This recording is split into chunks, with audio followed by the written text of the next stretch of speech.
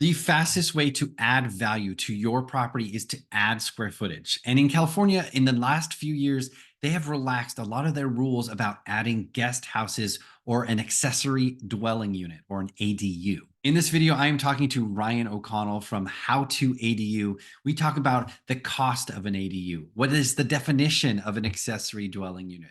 Are there plans for ADUs? And what kind of prefab ADUs are available? It's a really great conversation. I can't wait to show it to you. Hey, everybody. I'm super excited to talk to Ryan O'Connell. Hi, Ryan. How are you?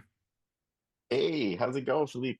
I'm great. I was really fortunate enough to do your ADU tour down here in Oh, Los Angeles last weekend.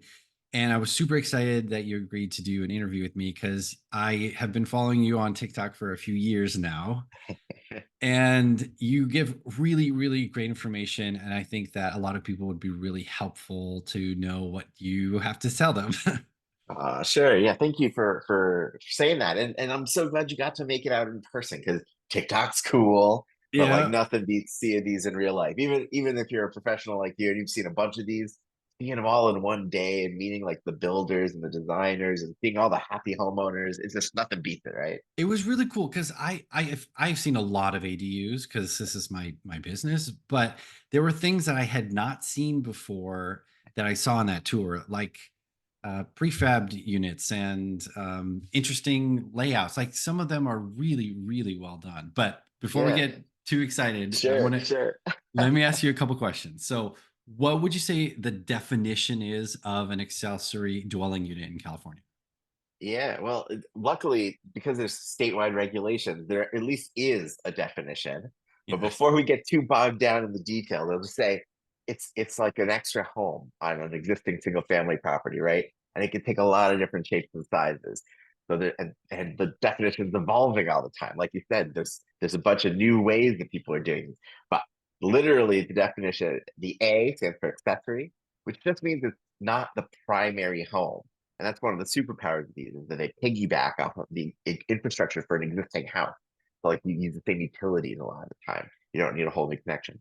It's a dwelling, means it's a permanent habitable unit. So it's got to have like cooking facilities, place to shower, that kind of thing. And it's conditioned space, right? And then unit means that it's independent to some extent, right? It's not like renting a room out of your house. It's its own thing. It's its own unit. That's ADU. Now, having said that, Fannie and Freddie have their own definition. The state of California has a definition. Portland has its own. Like when you start traveling around the country, everybody's got a different Yeah. meaning. Don't get too bogged down. That's an extra house. Well, good. Yeah, it's an extra space for a homeowner to either, they can move in an extra family member or they could rent it out. There's a lot of options, or you just have extra space in your home. Yeah, yeah, One of exactly. And the now with the new rules that passed this year, soon we'll start seeing them get turned into condos, and it could be like a separate like a structure that you can sell separately, like a condominium. So you know, Yeah, watch this space.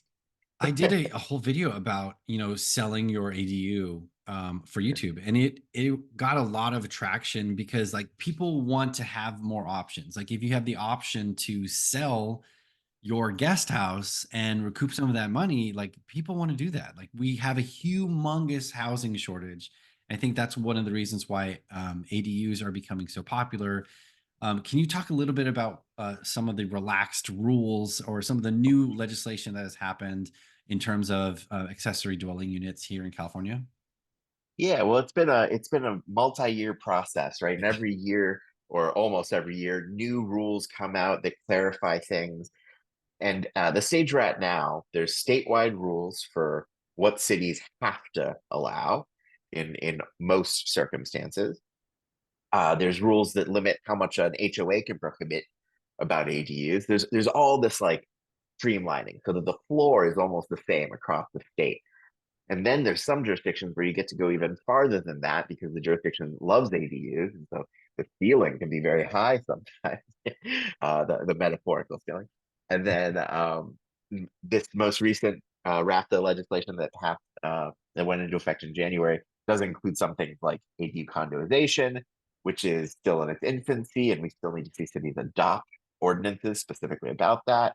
But like I said, watch this space because it's constantly evolving. Lots of job security for the YouTuber. Exactly. So that's good because I have a lot of videos to do. So tell the average consumer, like say you own a home, how do you build an ADU here in Los Angeles? I think What's the the trick is process? to start with, yeah, start with your local planning department. No matter what city you're in, go see what they say you can do. And every city is going to have adopted its own ordinance, or if they haven't adopted an ordinance, you just kind of use the state rules.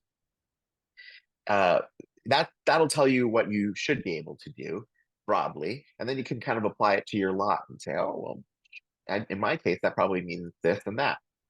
Uh, then you want to read there's a Housing and Community Development HCD handbook, and that's the state rules. It's a little out of date right now, but they regularly update it every couple of years. And you can sort of skim that. You don't have to read the whole thing. But if there's anything that the city says that blatantly contradicts what the state says, then you know, okay, that's an area you're gonna have to work through. Sure. And there's stuff you can do there. But that'll be broadly what you can do. And then you're going to have to work on a few things at the same time. It's complicated, right? Being a little developer, Of a lot course. of the time is the first time people are doing this, but you want to figure out how much you can afford by talking to a lender or financial advisor. You want to talk to a designer, or if you're doing it yourself, you want to start drawing things roughly where you think they'll be. And then you want to start talking to builders and figuring out, what's it going to cost to do the first draft of this idea I have. And you got to kind of do a little bit of each of those and iterate between them. Don't get too far down the road. The saddest thing is when somebody only works on one of those pads, they spend like 15 grand with an architect before checking in with a builder on like a rough sketch. And then they find out, oh, I can't afford to do the thing I just spent 15,000 on. Or they get all their ducks in a row with a builder, and then they find out that they don't have enough equity to pull out of their house, or they don't want to refinance their primary, and so they're actually stuck trying to raise money from friends and family. It's do a little bit of each step at a time so that you don't get too far down the road on one path. Yeah, because I'm sure it's heartbreaking for a homeowner to go through that plans and then they get everything ready to go and then they submit it to the city and they're like, oh, you can't build this here. It's like Yeah, the very first step, talking to your local ordinance in your city to figure out what is acceptable and what is not acceptable. yeah, because there's And still a lot of then deal breakers. People like it's state streamlining. There's this floor I talked about, but at the same time, if you have a lot in LA, there's a lot of properties that are really close to power poles, Mhm. and that power pole might have an easement that actually cuts into your yard in a really funny way. And really, that's either a deal breaker or it's adding $40,000 to your cost, or there's a lot of things like that that can happen. And so, do a little bit at a time before over investing. what does your company do for consumers? Like, do you facilitate these kind of situations? I joke. I'm useless. I'm the YouTube guy. So you watch the videos. It's how to ADU, whether you're on TikTok or YouTube or whatever. We create as many free resources as possible because that's the way to get this information out there. Sure. After that, you really want to find a local specialist, right? Mhm. And you want to build a team. You don't want to rely on one person to know everything. You want somebody who's good at building and estimating. You want somebody who's good at permits and planning, and you cobble together that super team for your project. One of my best sponsors is a company called Realm. I don't know if you want to throw a link in the description below, but they'll Absolutely. um, they'll help people find designers and builders and get multiple bids on your project for your specific area. They'll Oh, help you wow. with some of the estimating stuff. So they do a lot of the practical stuff that people ask me for. I say, oh, just go to Realm Home. And if the first meeting's free, and if you hire them to help you find a builder, then like that whole process costs a little bit of money. There's a deposit, but then if you use one of their builders, they give you that money back. So it's kind of a Perfect. no-brainer for most of my clients. So Most of my viewers. it's kind of like a concierge service Yeah. that kind of coordinates all of that. Yeah, and because they're so used to this early part, that iterating, like it's a dream partnership. I send everybody there because it just makes it all much easier. And Especially in then LA, they've got a really good book.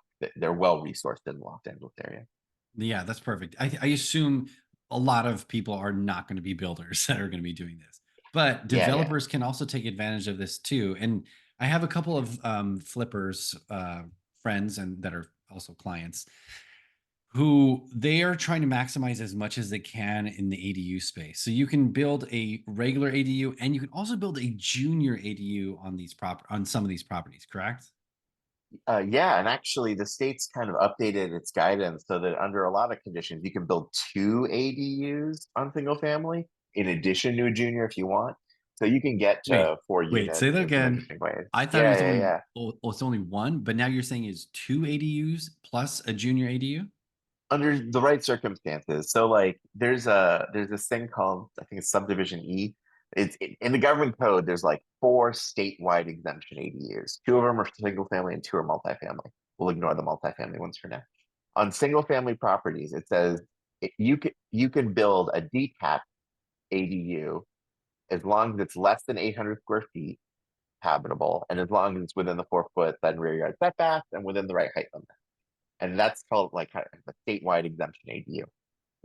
Or you can convert any existing structure into an ADU. That could be attached to the house. It could be a detached structure. It could be a dilapidated garage, right? But it's a conversion. So either of those are kind of statewide exemption ADUs. The state came out and said, hey, that means and or. It can be Wow. both. So yeah, now there's a lot of options to do both of those. Junior is still incremental to that. It's only a conversion of existing space, and it has an owner occupancy requirement in a lot of jurisdictions that goes on the deed. So a lot of, especially flippers, are often a little hesitant about that specific addition. That makes There's sense. some ways around that too, So but for it's example, like complicated. if a homeowner has a garage, they Yeah, could convert that garage and build another ADU on that property, is what you're yeah, saying.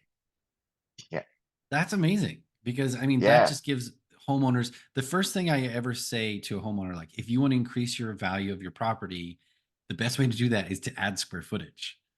Sure. So if you're Yeah, and in adding, LA, yeah, a lot of lots are already built right up to the FAR, but ADUs get to go beyond that as long as they're under 800 square feet or conversions of existing space that isn't habitable yet. tell people what FAR means. Yeah, it's like floor area ratios, and so there's a lot of different percentage-based requirements that cities can have. For example, they might have an open space requirement that, hey, half your lot has to be open space or permeable, or the FARs are a version of that, which is a ratio of the habitable floor area to the surface area of the lot. And I've I yeah, think in LA, I might be yeah, wrong, but I think it's 55% of the lot is buildable.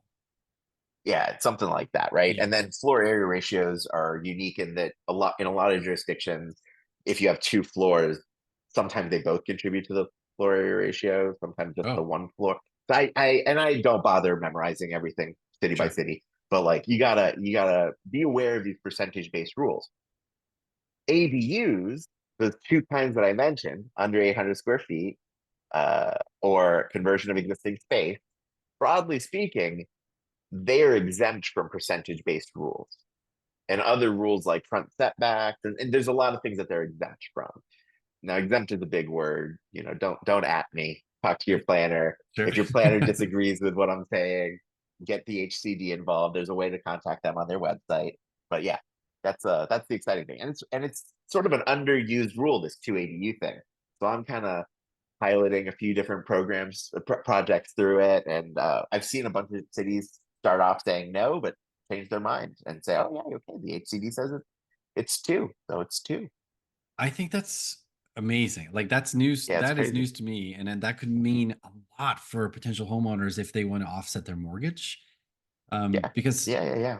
a lot of times those garage conversions they could be 300 square feet if it's a single car garage. I mean that's really tiny, but if you have enough space to add another 800 square foot ADU, like you could get two sources of income to offset your mortgage, and and then eventually you might be able to sell those down the road. So Exactly. Yeah. Or if you're looking at new properties with this in mind, you can get really picky and say, well, hold on, sometimes I live up in Napa. There's a sure. lot of these sort of 1980s sort of Tuscan villa style. I put it in finger quotes because it doesn't remind me a lot of Tuscany, but that was popular.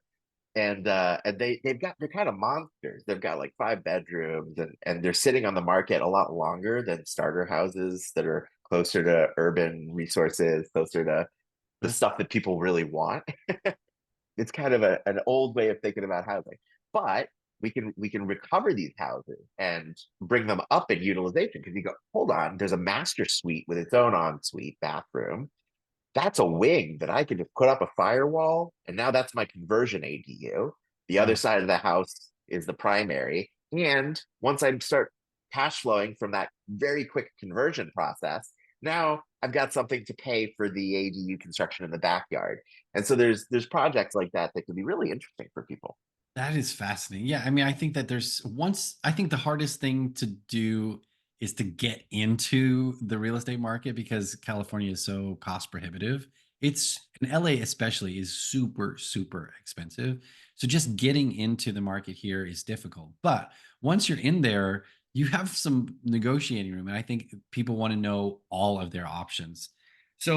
So, And there's ways to think about it as like how you get into home ownership, right? Right now the level of entry is so high in LA, yeah. but there are conventional loans now, renovation loans like the 203K, that allow you to take the future value of the ADU and its rental income part of it into account when you're qualifying. So you can afford to get in with a lower amount of money. You might think you can only afford X, but once you start counting the future value of that ADU, your broker might be able to tell you, actually, you can afford this as long as it's the right kind of property. Yeah. And that's a more complicated process. But man, now you're in. Yeah, absolutely. If anybody's needing a referral for a really good lender, I'll put the link in my description. I have a couple lenders I work with all the time, and they have a ton of different options here. And there's one actually a new program that he just let me know that they're letting sellers who need to sell their property and purchase another property. They're doing a new loan program where they're not counting the debt of the home that they own, so they can purchase it without writing a contingent offer as long as they sell that other house within 90 days. So it opens up a huge world of buyers and sellers that want to sell and then buy. So, Yeah, that's you super know, interesting. yeah, it's really cool. And a lot of buyers, I always talk about ADUs and garage conversions. So are there like ADU plans that people can buy? Are there Yeah. resources like that? So, ADUs like any kind of residential structure, there's a lot to do in siting it, right? For your Mhm. specific site. Having said that, there are lots of people who've made progress toward streamlining different parts of it. For one, uh, manufactured housing and prefab housing, offsite construction, that all counts. You can do ADUs with all those construction methods. And so, you could call Skyline or one of the giant manufactured housing dealers and have something delivered almost, right? Having Yeah, said, it's and it's those are approved at basically like the state level. yeah. It's basically like Yeah. a And so home you, that's done, it's complete, yeah, and they basically crane it in onto a foundation that you have to yeah, build and yeah, get all yeah, the yeah. site ready for the ADU to be That's it. craned in, right? Yeah, or if you're lucky, maybe you can even back it off the truck, depending on the Yeah. circumstances and the specifics of the lot and the access. That was But yeah, so that's one option. Then you've yeah. got the city of Los Angeles has done two different things. It's got a bunch of standard plans, which are all kind of pre-reviewed by the city.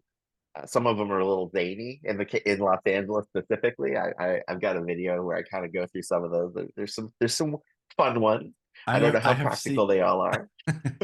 I have seen some of those. I'm like, oh, only in Los Angeles would this work. Yeah, yeah. It was a fun idea. It brought a lot of visibility to the ADU movement. That's important. They've also got one set of plans that they actually bought the rights to, so you can just download them off the LA website. That one Oh, is particularly zany though, so let maybe me ask you a maybe take a question. peek and decide if you want to start there. But Let me ask you a question about that because I looked through that website a lot because I was like, there's probably 35 different plans on there, but a yeah, lot of them are like 1,200 square feet. Like, is there a limit to how big your ADU can be? yeah. So if the city wants, they can impose a maximum Mhm. size restriction.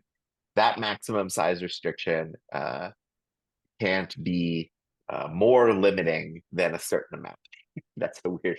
It's so if they don't use an ordinance, then the state size restriction is 1,200 square feet. Go for it. If they implement an ordinance, they can be more lenient than that. They can allow for a larger ADU, and they can be more limiting, but they can't limit you more than 1,000 square feet for a 2+ bedroom. I think that's the number, or 850 square feet for a 1 bedroom. I think that's the number. So there's all these like weird little stipulations, and they nest in weird ways. But like broadly speaking, yeah, lots of ADUs are 1,200 square feet. Not in the So city of Los Angeles, but in California, you see it a lot. okay, yeah, and again, it goes back to the local ordinance. So make sure that you check with your LADBS, Los Angeles Department of Building and Safety, to see what can actually build on your unit before you get down this rabbit hole of trying to find people and all that stuff. Like that's the And not first step always. spoilers. What's super typical in city of Los Angeles is your developer already built up to the FAR maximum, Right. right? Like they were in that, they did the math and they built Sure. as much as they could on your lot. So if you build a little bit over 800 square feet, the city's going to say, "Oh, you're already at the FAR maximum." You build a little under 800 square feet, and you're exempt from that. So the answer is almost always going to be 800 square feet or 799 point whatever square feet in the city of Los Angeles. That's really interesting. So if it's under 800 square feet, you don't have to abide by those rules. Yeah, broadly Most of the time. speaking, there's some exceptions. There's some Broadly exceptions, but speaking, yeah, yeah. most for the most part, that goes into that statewide exemption, That's and really and great then you're yeah. because lots in Los Angeles are very, very tight. Of course. That's the whole that's the point. It's like all these zoning laws exist that basically make it illegal to build houses. And the state has come in and said, "Hey, how about we make it legal again to build a little house on your lot?" And if you look at older properties, there's tons of like cottage clusters and really interesting stuff in Los Angeles. So it's just about making that legal again. Yeah. And I see properties every single day that have an illegal addition or an illegal ADU that is not legally permitted. And you see that all the time in Los Angeles, every single day. Totally. So I always tell people like if you're going to do any kind of work, if you're going to make any kind of addition or any changes to your property, in order for it to actually reflect on the value, it has to be permitted because it'll show on the tax records.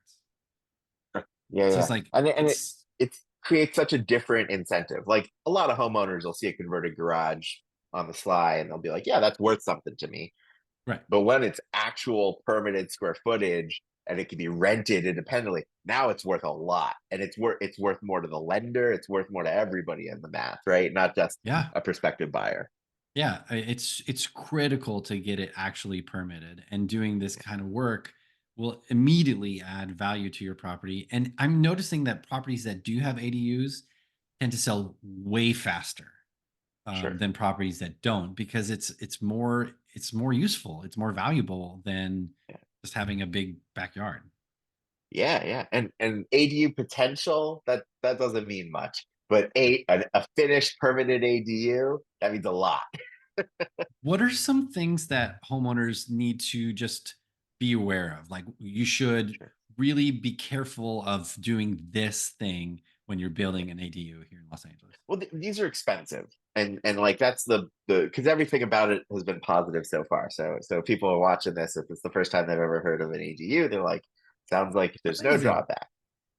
They're expensive, and labor's expensive, construction materials expensive, permitting takes a while, building it takes several months, and so. For example, if you've got flippers watching the video, a lot of the time the timeline is a little too long for most flippers to take this seriously and Yeah. pencil it in, right? I'm not going to say never, but a lot of people go, "Oh, I don't know if that makes sense for my model." On the other hand, for homeowners who are building housing security for themselves or a family member, this project almost always makes sense. It prevents a kid from moving out of state. It prevents an elderly relative from going into care facilities that cost several thousand a month. And so, under those conditions, it almost always pencils because your alternative is handing your money to somebody else. on a monthly basis, or like losing contact with a family member. So these are expensive is kind of my top line. Can you give me an Sometimes, idea? I know it yeah, yeah, really depends, but can you give me a rough yeah, cost estimate for an ADU? I saw yeah, wildly varying figures on my ADU tour that I yeah. did. That's exactly what I was going to say. Well, you take the tour. Part of the reason we curate it that way is so that people see all the different ranges in price. One person on that tour, I do not want to set this expectation that it's everybody, but one person on that tour spent over $400,000, right? And it's easy to go that direction if you like nice things. Yeah. Another person on that tour, equally unrealistic in my mind, but one person put a lot of sweat equity into it, hired all their own subcontractors and did it as an owner builder. And it Wow. was a conversion. So they already had, it was That an structure. amnesty conversion. They had a structure that had been converted sort of, I won't say illegal, but non-conforming is the word we use. And they got Gotcha. a citation from the city, so they had to bring it up the code. They were able to complete that project for $75,000 all in. So it was about 55 construction and then 20,000 in stock cost. Wow. But That is, but that that's unrealistic. but they already had a finished unit, right? Yeah. Like they only had to open up walls to do a few little bits and bobs, right? Yeah. Most everything was already in there. And so that is a good example of the range. I run a Facebook group that's free. It's got over 50,000 people in it, all California homeowners talking about their project. I regularly see people say that they're going to finish a project for like under 100, especially in the LA area. When I really kind of drill down and start asking them follow-up questions, it's very rare that I would say that their project costs under 100 because they're not counting their own time. Sometimes they're not counting basic costs that I would have said, hey, that's a cost, and they're like, oh, oh no, that was like a cousin, blah blah blah. But yeah, these are expensive. They're six-figure projects. Yeah. From that tour that I did, like the price range I got were like 150,000 for a converted garage that was 3 years ago, Yeah, up to like a brand new prefab that was gorgeous, for like $375,000, and that seemed very expensive for the size, but it was beautiful. Like it had a wall of glass, it was all modern, it was stunning. So like if you have there's a wide range, of properties in between. So I yeah. assume that the ones that are new construction, you have to build from scratch, those are obviously going to be more expensive versus a conversion of an existing garage. Depending on the existing garage. But yeah, True, true. because in the East Bay, closer to where I live, I regularly see projects where people think it's a conversion, and it's like on from the planning department, we're going to tell them it's a conversion, but this is a tear down and You have to replace. rebuild it. Like, Yeah. yeah, the cost of labor is so high that rather than spend all that time opening walls, sistering the framing, like reinforcing it's not Just- very eco-friendly, but just start over, man. Sure. So that's the outcome sometimes. Yeah. But again, I'm not that person. I got nothing to sell. I got no horse in this race. Use a company like Realm to get real bids. And then if you do have a cousin or something who's licensed, like go find get a bid from them too. And then really learn how to compare those agreements so that it's apples to apples and you know exactly what's built in. Most of the time, in my experience, when I'm talking to homeowners who had multiple bids, they actually don't necessarily go with the very cheapest.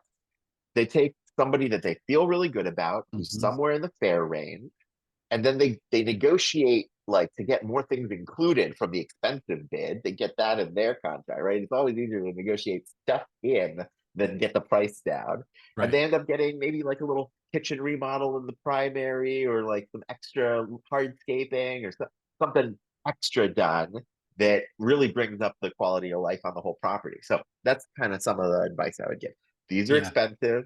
Learn how to read the agreement, learn how to compare them, and yeah, you get lots of bids. I mean, most homeowners, I mean, I don't think I could read, I don't think I would know what to look for in a contract to protect myself because I just don't see these kind of construction contracts all the time. But using an outside third party company, they can say, "Hey, this is important, that's important." So I totally agree with you. Like having Yeah. somebody with your eyes and ears to say, "Hey, this is not normal," or "You should get rid of this phrase." I think it's really important.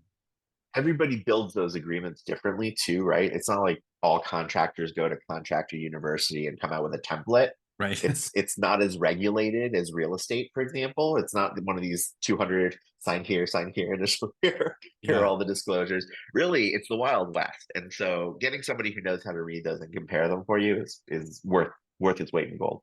Yeah. So, Ryan, thank you so much Yeah, for all your information.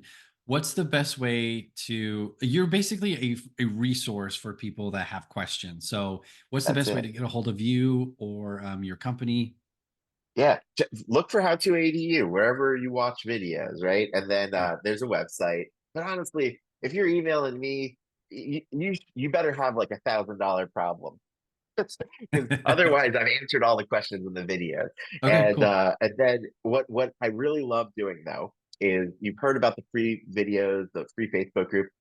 I advocate for new rules, right? I'm out there in Sacramento right now. I'm in Washington D.C., which is why I've got this like fabby background behind me. I'm advocating for better policy all the time. And what I really need is to be able to put out a video there and you shoot a quick email to your representative, you sign a petition. When I ask for that stuff, it's for real. We really Sure. need normal homeowners and citizens in this country to say, hey, it's my property. Let me do what I want on my property. Sure. And the more people are willing to chip in 30 seconds here, 30 seconds there when I make those calls to action, the more change we make. I think that's so amazing. I didn't realize that. I mean, I've seen your videos and you're talking a lot about new legislation in California. Yeah. And we didn't even get to SB9, but that'll be another video. But That's it. It'll take yeah. another 30 minutes. Yeah, exactly. So, anytime that you're saying, "Hey, reach out to your representative on this specific legislation," I will put it in all my videos, and then we'll get people to make a movie. Because I honestly think that the more that we get involved in how we want our properties to be managed, like we want to be able to do what we want on our properties. Like, so I think it's a great thing that you're doing. So, thank you very much. Thank you. Thank you. Can I tell you something crazy? This is gonna boil your blood, I think. Tell me. Do you know who the only opposition to that condo bill that says ADUs can be sold separately? The only opposition in Sacramento? California Association of Realtors. Really? Yeah, you're paying dues to the California Association of Realtors, and they're using that money to fight bills, which would allow you to have more listings and homeowners to have more ownership opportunities. What is It the drives what me up the wall. And what is the so rationale behind that? you gotta ask them because it is politics pure. So that's the kind of thing. I'm gonna start putting out videos and say, like, if you're a realtor, if you pay dues to this organization, let Yeah. them know what you think. Because it's crazy. The way Sacramento works is crazy. So yeah, watch this space. We'll get a lot done. All right, Ryan, thank you so much for your time today. I really appreciate you. And good luck in all your legislation in Washington, D.C. Yeah, thank you. Thank you. Thanks for giving me a chance. And let Hi, me know the everybody. next time you're doing another ADU tour down here because I'll let Yeah, my clients know as well. I love it. We had some pretty ones in the valley, so we might. I think the San Fernando Valley might be next. You should. You know why? Because there's actually more land on properties in that space. Yeah, People out here could do that so much easier than in like small lots in the city. All right. Well, here thank to you very here. much. I really appreciate your time. Yeah, my pleasure. Have a good day.